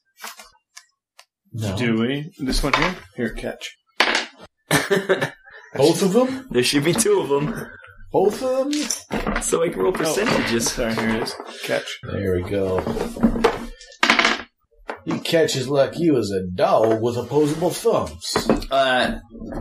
Bernard is kind of like, hey guys. You do notice that by one of the yew trees, there is a bit, the earth has been moved a bit, but it's very, very hard to tell. Yeah, of course we noticed that, Bernard. Go ahead. Come on. It's so obvious. Still a DL. You know we're being watched. Jesus Christ. Guy never shuts up. Well, I'm shocked and appalled that you question the fact that I didn't see something. That is a slight that right in my heart. Well, I might just be a Southern lawyer with a slight astigmatism. So, it is early enough in the day that perhaps we can't just dig that up right now without being noticed? Or do you think There's a lot of people around. do you think we should leave, come back to it, or do you think you've got enough where maybe just sit down, pretend you're just taking a load off, dig in there? Like if all three of us sit 1, 2, 3, and then someone just what do you think? Come back or try something right now? Come back. Because I suspect that we're going to find the key that's going to be to his desk that's back at the Phoenix Club. Not Phoenix. The Hellfire Club. Breakfast. Breakfast Club, yes. Hallie Shield there, hot, and then made into the everyday girl that had no allure. Which one was Ali Sheep? It doesn't matter. Oh. Ooh. Don't go down his rabbit hole. Too late. So what are you guys doing? I have no idea where we're going to find it. If you think we can dig it out right now without being seen, or I think it'll cause. It's such a small disturbance that it must be something small that someone could just... Is it a small disturbance? Like what are we looking at? It's not an entire grave that's been dug? It's not like the whole tree was dug up? No, it's like it was recovered over. Well, you only noticed it because there was still a small disturbance, but you don't know how much was... There was like a dirt around the tree, so... Dirt? Well, the trees, yeah. Like usually trees have a bunch it's of landscaped so that there's a dirt around the tree and not grass. Let's go digging. Okay, so I will. Oh, I better take a load off, and I will position myself between the vast majority of the crowd with my back against the. Like, say this is the tree here, and I'm just like, oh dear, my dogs are barking. Oh dear. So you're going to try to surreptitiously dig into the ground to dig something up? Well, in time, but I'm just going to sit and... We'll see how... This might be an impossible endeavor. We may need tools, and we don't know what to... Why don't you have a seat here? This is comfortable. I'm not moving for quite some time. All this walking in the cobblestones on my ankles. I rolled my ankle once. Oh, dear. My God, it was a gopher hole. I wonder if that vomit dug a hole in my... I think it says that vomit. With vomit. Hey, everyone, is that vomit over there? So you guys are just kind of sitting around and trying to dig in? He's pantomiming a dig-in situation. You put your hand in a bit. It's loose dirt. You can dig down a bit. Eventually, like a few inches down, you do feel it feels like something wrapped in oilskin. Like you can feel something to preserve it. And it is book-sized. Can I get my paws around it to... Are you going to try to do the whole dig now? Or are we going to... Well, I'm touching it. I can't grab it and try to... Oh, you're okay. You can try to pull the whole thing up? It says book size. It's not like it's coffin size. So. Okay, roll a conceal, if you have conceal or something like that. Conceal? Something to hide the fact that you're trying to do this, unless you don't care. Well, I mean, it's a book. It's not going to be a skull I'm popping up of it. So you don't know that? As soon as I get it out of the ground, no people won't care. And if there's someone around here who does, well, we got guns. And so you don't care if anybody sees you pull it up? Well, try and do it surreptitiously. But yeah, exactly. What he said. I'll try and do it. People will be too polite to say anything if they see. I don't remember them having a book, and now they've got a dirty book. I don't. And if not, I'll just keep wowing them with my tale of how I rolled my ankle. I failed. Okay, so you pull it up. Some people are looking at you like, "What the hell are they doing over there?" Well, then I said to my doctor, I said, "I'm sure it's a sprain. It's not a fracture. It's a sprain." You do pull out a good-sized book that's in oilskin, wrapped with coarse brown string. So you pull it out. All right, let's look at it here. Should we look at it? No, let's look at it. Well, then my doctor said just ice elevate that the affected area, and then you're opening up here. It'll be just fine. Maybe the cover. See what it is. Is it in German? Is it in English? Is it in Inside the package is a battered notebook held shut with a frayed piece of black elastic. The first page of the book is missing because you already have that page. Because the rest of it's written in the same handwriting as that page you have. It's full of notes, sketches, and other pieces of paper, and it has like things like ticket stubs, cafe bills, a receipt for it looks like a ring, a bunch of stuff. A lot of it's in German, some of it's in English. You can't really decipher what's going on just by you just glance at it and you're like, oh, it's the rest of his. Looks like it's the rest of Ehrlichman's notebook. Well, we do know that we have a ally with the leader of the SEAL Club. Thing is, if we take it to him, he'd be able to translate the German parts and the English parts, and he would also give us more Fuchs time. But we could go back to the original bookstore owner. It's 2 birds with 1 stone. We have to find out what he knew about the dog archive and shrug it off like, oh yeah, I know about that. Didn't give us any clues. But he also could read the German parts and tell us. I gave 2 options. Yeah, it doesn't seem to... If you could read the German, I would say go back to the book club, but we can't do this unless you read the German. We need to find out what's... Yeah. Jack, roll an idea roll. An idea. I've got an idea. I'm going to roll. Ooh, what's going on Thanks, they grabbed my foot. here? I did. I just grabbed your Tootsie. So, idea. Where's idea? Top. 90. 47. I have a good idea. One of the pictures you notice is, it looks like something that was in that museum back at the Sphinx Club. Aha! I remember seeing something that looks just like this picture back at the Sphinx Club on the 3rd floor. Well, perhaps we should go back to the Sphinx Club at the 3rd floor. I think that... It's a picture of a... well, that's 3 birds with 1 stone. It's a... let me just see... It looks like a small figure carved out of... well, it looks like a carved figure. It's a sketch in the book. It looks like it's a figure dressed in ornate robes, reminiscent of ancient Greek or Tibetan monks. And you can't tell if it's male or female. And it appears to have 1 arm out. And that's about it. But you remember seeing... You're like, hey, I remember seeing that at the thing. Okay, so we will head back to the Sphinx Club because, 1, we'll get to stir up Spooks some more. 2, we can ask the Seidelman, who seems to be a friend of Eckelman's. We can prove that we're on the path of good. We're righteous dudes. And 3, we can check out that artifact. Not necessarily in that order. Cool? Yeah, I'm not sure if I trust Silent. Okay, we'll bump him down to... We'll We don't know. bump the Cider Man down to maybe a possibility there. But we definitely got to rile up Fuchs some more, and we're going to check out that. I think he knows everything in full on. They didn't come after this, no. So as you're exiting the cemetery, you're going down an alley. All of a sudden... a dark alley. Let's go down this dark alley. It's just an alley away from it. We just stirred a hornet's nest up. I just told you my paranoia, but I think you're coming after us. Out from the shadow step, 2 people, two Germanic-looking toughs, and they step out in front of you down the alleyway. Well, they just made the biggest mistake of their lives. Right? It's gonna be a Aryan pieces here, Aryan pieces there. I'm not the least bit worried. Then from behind you, you hear in a thick German accent, well, it looks like you found Erkelman's book, finally. Finally, we started 10 minutes ago. I'd say that's rather quickly. You've done my work for me. You're going to turn to see who it is? Yeah, I do too. Who do you think it is? It's the old bait and switch. I'm curious, who do you think it is? When I said Falk. But now I think maybe Psych. Who do you think it is? I'll say, well, Seidelman. There's nobody named Seidelman. Except for the guy behind us. You turn around, it's Fuchs. Oh. Fuchs is standing there with another tough next to him.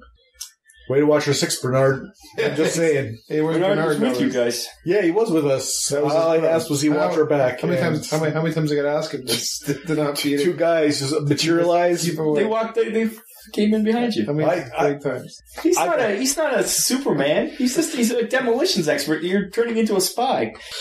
So yeah, and Fuchs is like, now just hand over the book, and no one needs to be hurt. Like Erkelman was. He wouldn't tell me what I wanted to know. Now I can just read it for myself. And if you just British spies just get out of my way, there doesn't have to be any violence. You are good at burning things. Oh, yeah, well, certainly, if given my druthers. But I believe you should be executing these bastards. Oh, right, the gun. You draw your gun and start firing? Kill them, each and every one. Are you really going to do that? Oh. Why are you so shocked at that? You brought daylight in Vienna. You said this is how he said this is how it's going to end. True. Why are you so shocked? No need to talk his way out of this one. He's just like, well, I'm not the talker. The talker. he told you to kill them all. He convinced me to kill them all. Okay. So you get first shot. Who you shooting at? Fuck you. Fuchs. As you pull your gun, everybody starts diving for cover. Okay. What are you doing? Who are you shooting? But everyone just ran left. Oh, you draw your gun. Everybody's like, a gun. But they're still in an open area here. There's not much cover in an alleyway. So they're cowering behind like the whatever. Matt, they haven't even got that far yet. You get a shot off at them. Well, if they're gonna cower, why don't we just get out of here?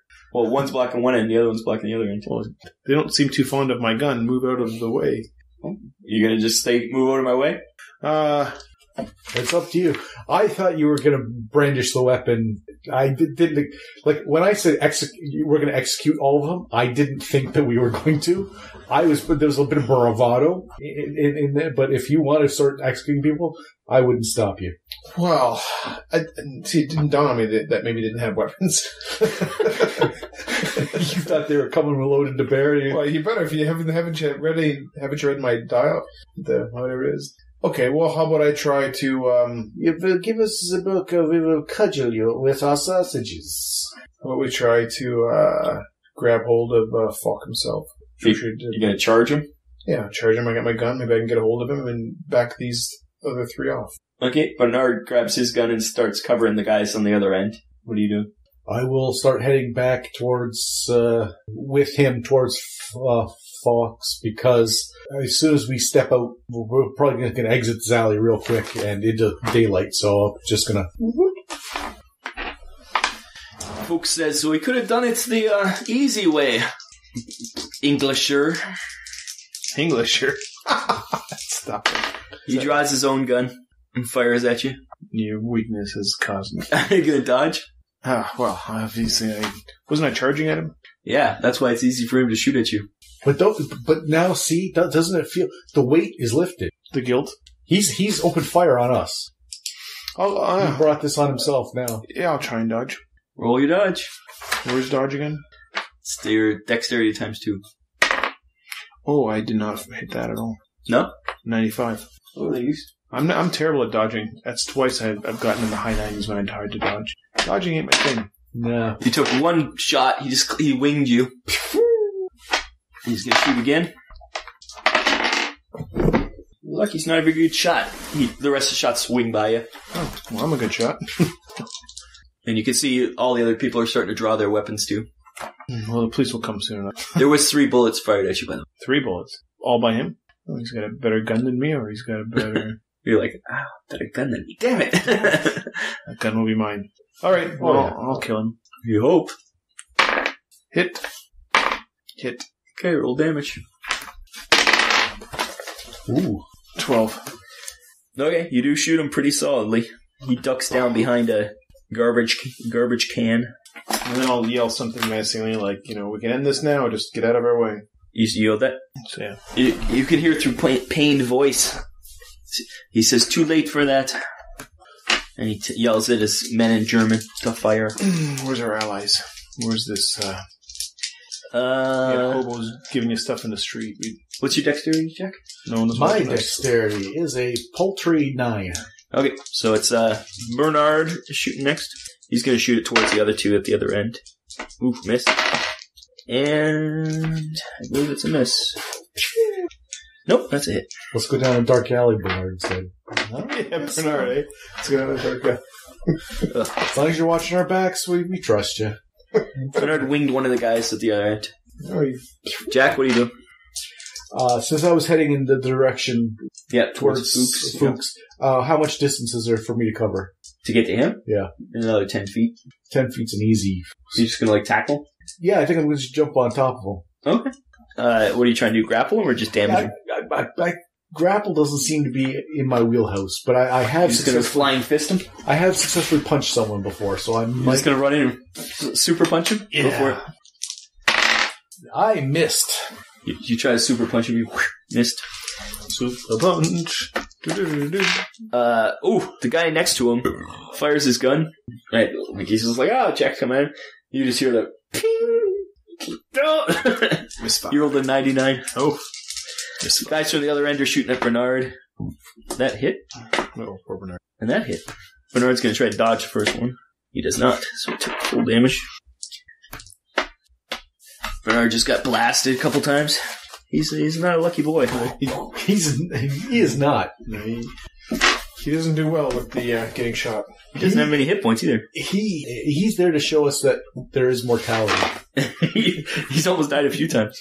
He's on death's doorstep more times than like a 9-year-old. Okay, it's your turn now. Jack pretty much jumped on top of Fuchs. It'd be hard to hit him, but there's a guy right beside him, and then the other two at the other end. We'll have to go with the guy right beside him. Okay. You can try to shoot Fuchs too, but you might hit Jack. Fuchs is occupied right now. Let's kill his buddy. Okay. If we can get a couple of these guys dead, including folks, maybe we can back them off. Change the tide. Hit. And hit. Okay. Damage. 4. That's it? You suck. Wow. Okay. Bernard. He's trying to duck down and hide too. Hit. And hit. Same roll twice. Exact same roll. He's having a good firefight with the guys at the other end. Hold them off at least. The guy that's on Fuchs looks pretty rough. Now that you're on top of him, he's like bleeding pretty profusely. So he's trying to wrestle you off. And the guy beside him starts to grab you to try to pull you off him too. What's his grapple? He doesn't. He grabs you, but he can't get you off, and you're holding on, and Fuchs is like pushing you off. There's just a melee on top of... So we're all pretty close then. You two are close to those guys now, because you were charging up and he charged right on top of them. Okay. The other guys at their end are about 30 feet away now. Okay. They're shooting at Bernard. One rolled a 1. Oof. Oof. I believe this might be the end of Bernard. Oh, I even rolled head. You just hear a body whoomp. Oh, Bernard's... He's got that covered. Now what is that? It's just straight all over my back. Bernard will be fine. He can take care of himself.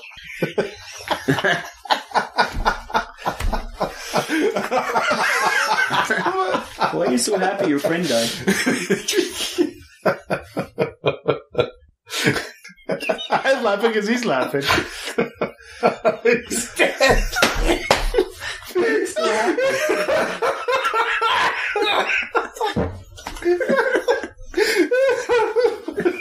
dead.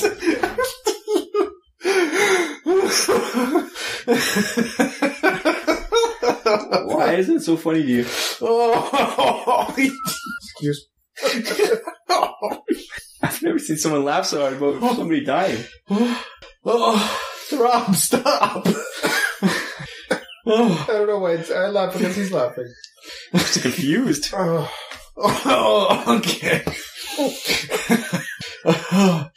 So Bernard's dead.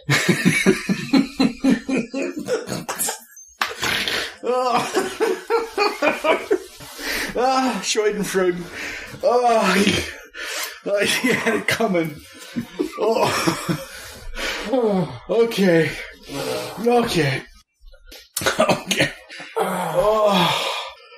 You'll pull through. He'll live. A little bandage here. Bit of water, clean the wound out. Yeah. It'll be fine. Okay. Okay.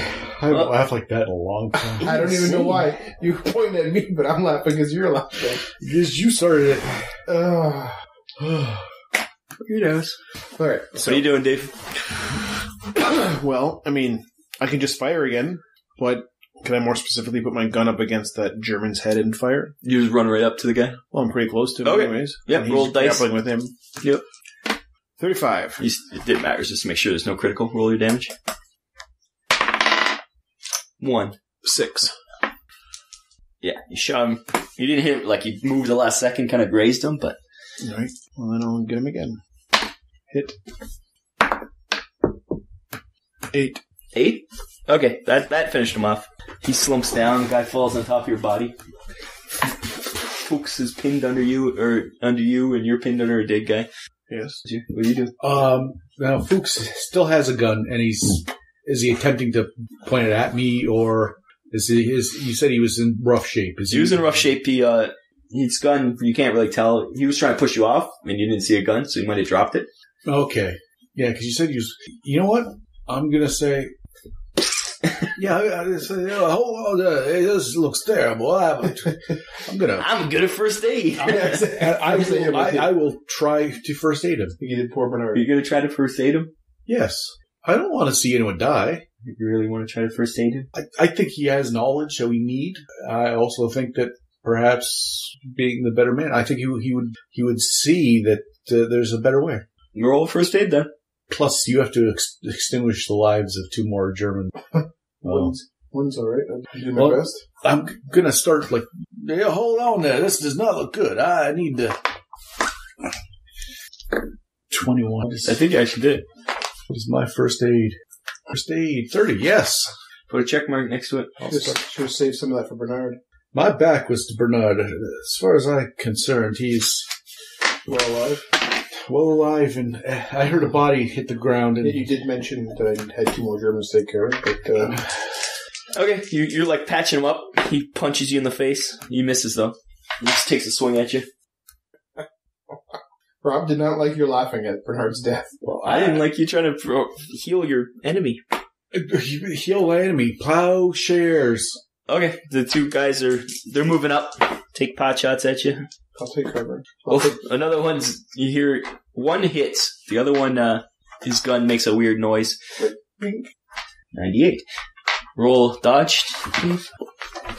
I will try to take cover and reload it. 24. What was it? Dexterity times 2? Mm-hmm. That is a successful dodge. You successfully dodge? There you go. So you heard a shot whiz by your ear as you dove behind another garbage can, and you're reloading. I had no choice. Okay, your turn. You still going to heal your enemies? Well, once I've established the first aid, I don't have to continue doing anything to it. You stopped his bleeding. And he tried to punch me in the head, right? Yep. Well, I'm going to admonish him for that quite sternly. Now, I'm trying to save your life here. You settle down, you. That's how you do? But I'll also be trying to find the gun. Okay, you look around. You see the gun. It's clattered against the wall. You going to reach for it? Yes. Okay. You grab the gun. He takes another shot at your ribs this time. He missed. He hit you, but it didn't. He's too weak to get it. He's not very scholarly. He's trying to push you off now. As you reach for the gun, you're kind of misbalanced. You're kind of your turn, Dave.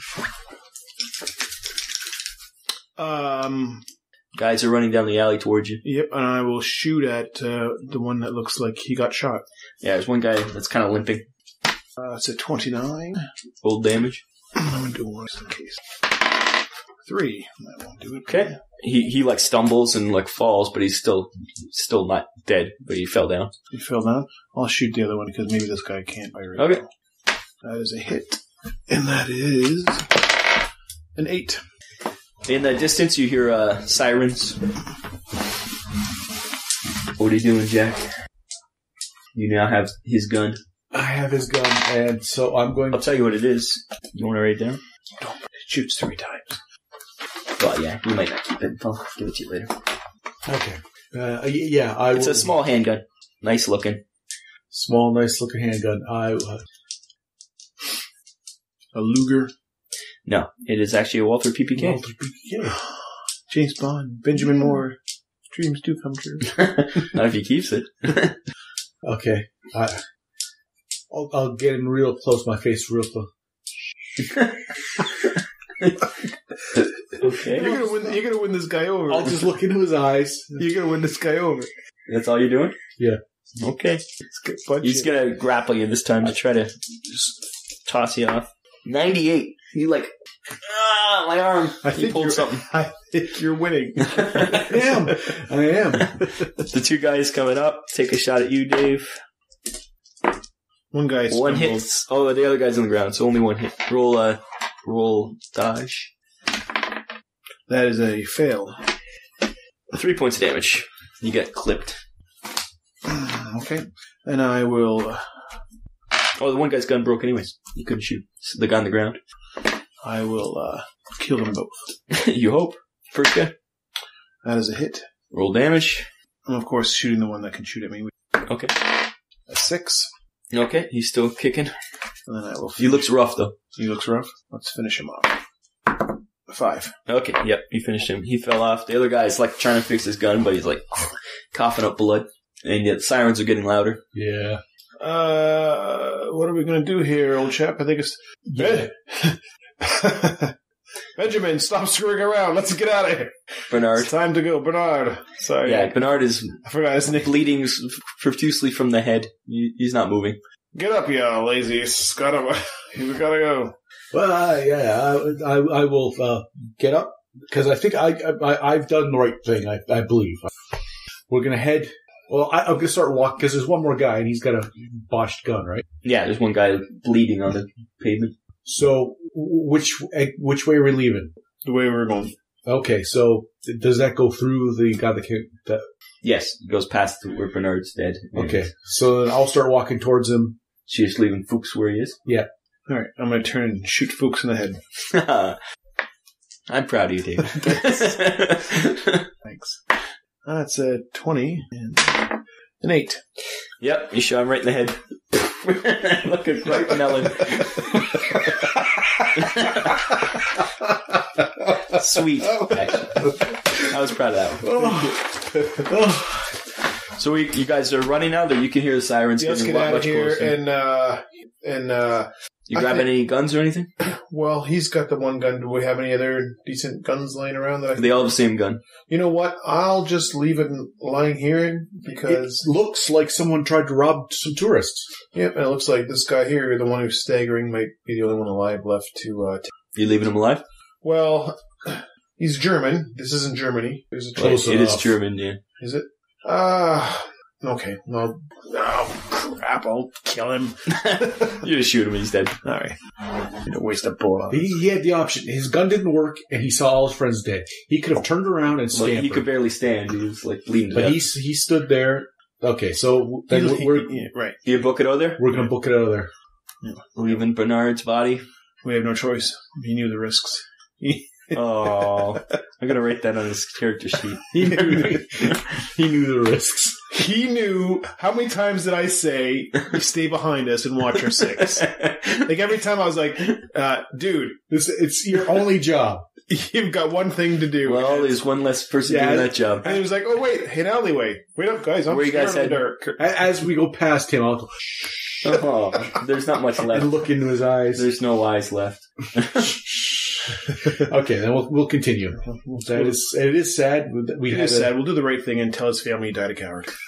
So you figured out who killed, We found him in a brothel. It was terrible. You figured opium out- bit. Syphilis, died of syphilis. And opium, please. There's got to be opium. you figured out who killed Gisella's fiance, Yes. and you have his research. What do you want to do? Well, it's just all we wanted to do.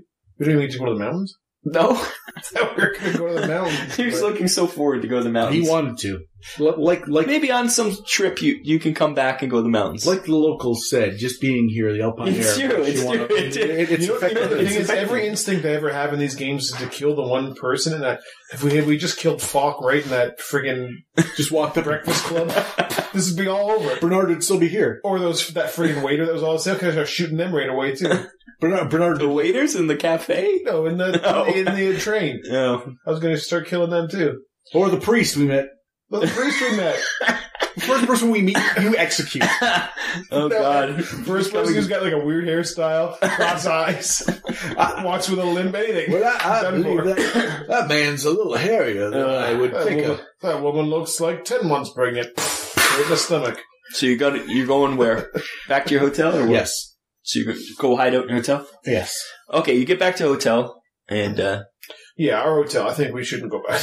Be the first person to say, look. We have your weapons and stuff. Your rifles. bunch of luggage there, and You're like, fuck it, leave it. Well, we don't need any of that stuff. I have my gun. You have your book. We have money. We have the next You got a place new to go gun. to. We have the next place to go to. What's the next place to go to? Italy. Rome. Oh, Yeah, but there's just a couple. Are you of going to cents. tell? Well, we don't know how to get a hold of her. Yeah, you do. She gave you your. I don't think. Well, we'll get a hold of her then. If we go back to the Phoenix Club, Sphinx Club, check out the artifact. Well, the artifact, yeah. It's just double check, and I think if we tell Seidelman that, I think he was a good guy.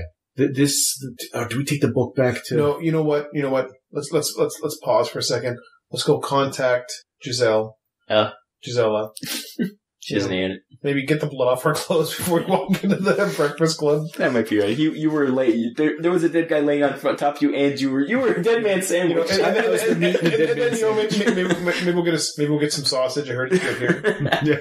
You know, Some coffee. So you try to hide the blood on your... Get some new clothes, and then she can let us know whether we're wanted men or whether they have no idea what happened. Yes. So you get back to your hotel, you change, and then you're going to give her a call? Yeah, we're going to contact her. She says, well, let's go back to the cafe we first met. Okay. So you meet up back there. Well, basically, I'll take a small bag of everything that I might need if I have to. Yep. Bug-up bag. So you meet up with Giselle. You tell her what happened. No, we don't tell her everything that happens. You tell her who her fiance's killer was and that you killed him? Oh, you did what? I left the man. You shot him right in the head, yeah? Yeah, but I gave him the breath of life. We tried to... No.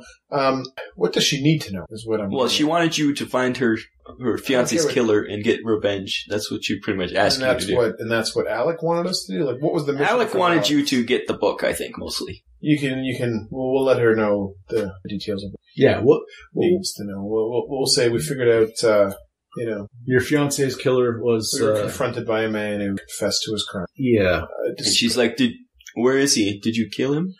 Despite our best efforts to keep him, we were unable. The bullet wounds that passed through his skull were enough to finish him off. She gives you a hug and is kind of crying. And she's like, thank you. She's like, thanking you for getting revenge. His henchman as well. We'll do the fight thing by I'll take a deep breath of air. His henchmen were killed as well, and also moving forward. She says she breaks away and she's like, you might want to get out of Vienna though. Well, that's perfect. Now it's time for you to do us a favor and help us get out of here. Because war is on the horizon. It's about to commence. We can feel it. How are we? Has there been any violence reported here in the last while? Like, is there anyone looking for? There's always violence, and Vienna's a large city. She's like, I've not heard anybody looking for you. We are going to get out of here. We just want to maybe stroll a little bit back to that. The heat's on. I'm a lawyer. Italy's got a lot of nice bookstores too. Yeah, but just to cross-reference that idol with the page, I would love to do that. But the constabulary might be. She does say that she's found out recently that Germany is planning to invade Poland on September 1st. What?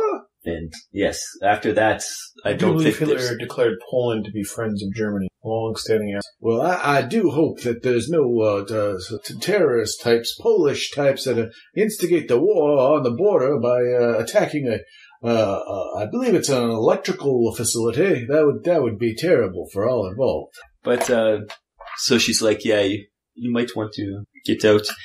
And what are you guys gonna do? Well, I think we should take the suggestion, bid her adieu, and get on the first dirigible to a safe location. I'm fine with that.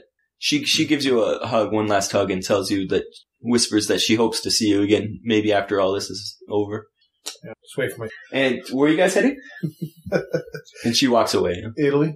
Head towards Italy? Well, that's our only clue left from Agent M. So you're going to jump on a train? But don't you think possibly, wouldn't it be in our best interest? I have this tome here that should be put at a safe location, possibly in archived back in. Well, why don't we head back to our base of operations and get the. I know it's dire. The note we have said people are missing. Yeah, get here as soon as possible. Are you talking about going back to England? Yeah, it's not some place where I could possibly put in for some. I don't think we can get back to England once we got here. I'm not sure. I don't think you can just board a plane at this point in time and just. No. The last time I boarded a plane with trusting you, I was thrilled out of it. That's a ungodly height. I'm talking a dirigible. I don't know. How you check in the book? His notebook? Yeah, why don't you have a look at his notebook and study? I'm not sure we can library use. I'm not sure we can get from here to England without much trouble. Okay, library use. I'm pretty sure all the occultness we'll be looking for is here in Europe proper. 35. 20. Yes, I did. Okay, so from the book, just by scanning it as you guys have been just trying to read through it, you notice that it says that Eric Coleman has been translating the Black Stone in an attempt to trace the ancient origins of Germanic people. And there appears to be some sort of powerful ancient artifact that was split up in antiquity into parts in five far-flung locations scattered across the globe. One of these locations is Rome. The artifact is allegedly from the lost civilization Atlantis, and a German expedition brought back a manuscript from Tibet that corroborates this information found on the Black Stone, and that he's convinced that someone within the German Empire, the Third Reich, is determined to collect the artifacts and to use them as a weapon. So that's the information you could just skim from it. Well, I guess just from the English parts that you can read. Guess it is Rome.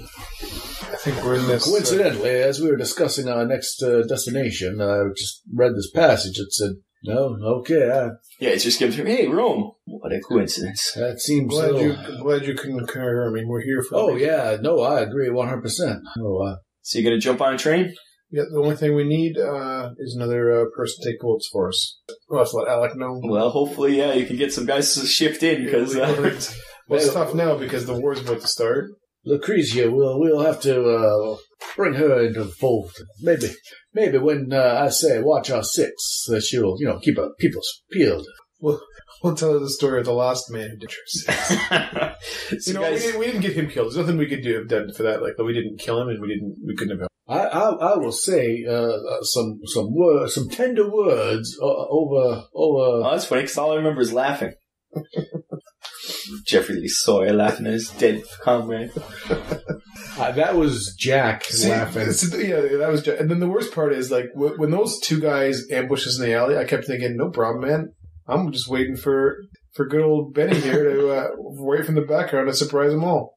I'm like, we got an ace in the hole. Pop around from. That's why I didn't even do anything. I was just like, I was laughing. I was like, yeah, well, what are you two crabs doing? I can kill both of you. And I got a backup, right? And then the voice comes by me. I'm like, that's even better because now his back is turned.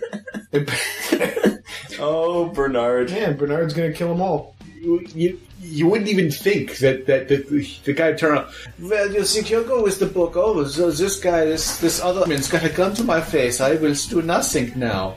Hello, Mr. Bernard. You got the drop on me. Oh, evil. So you guys are aboard the train, heading towards Rome, and that's where we're stopping now. Well, there you go, Game 5 of Achtung Cthulhu by Modiphius, based on the Call of Cthulhu rules set by Chaosium. Come back next time for the continuing adventures in a World War II that isn't quite right.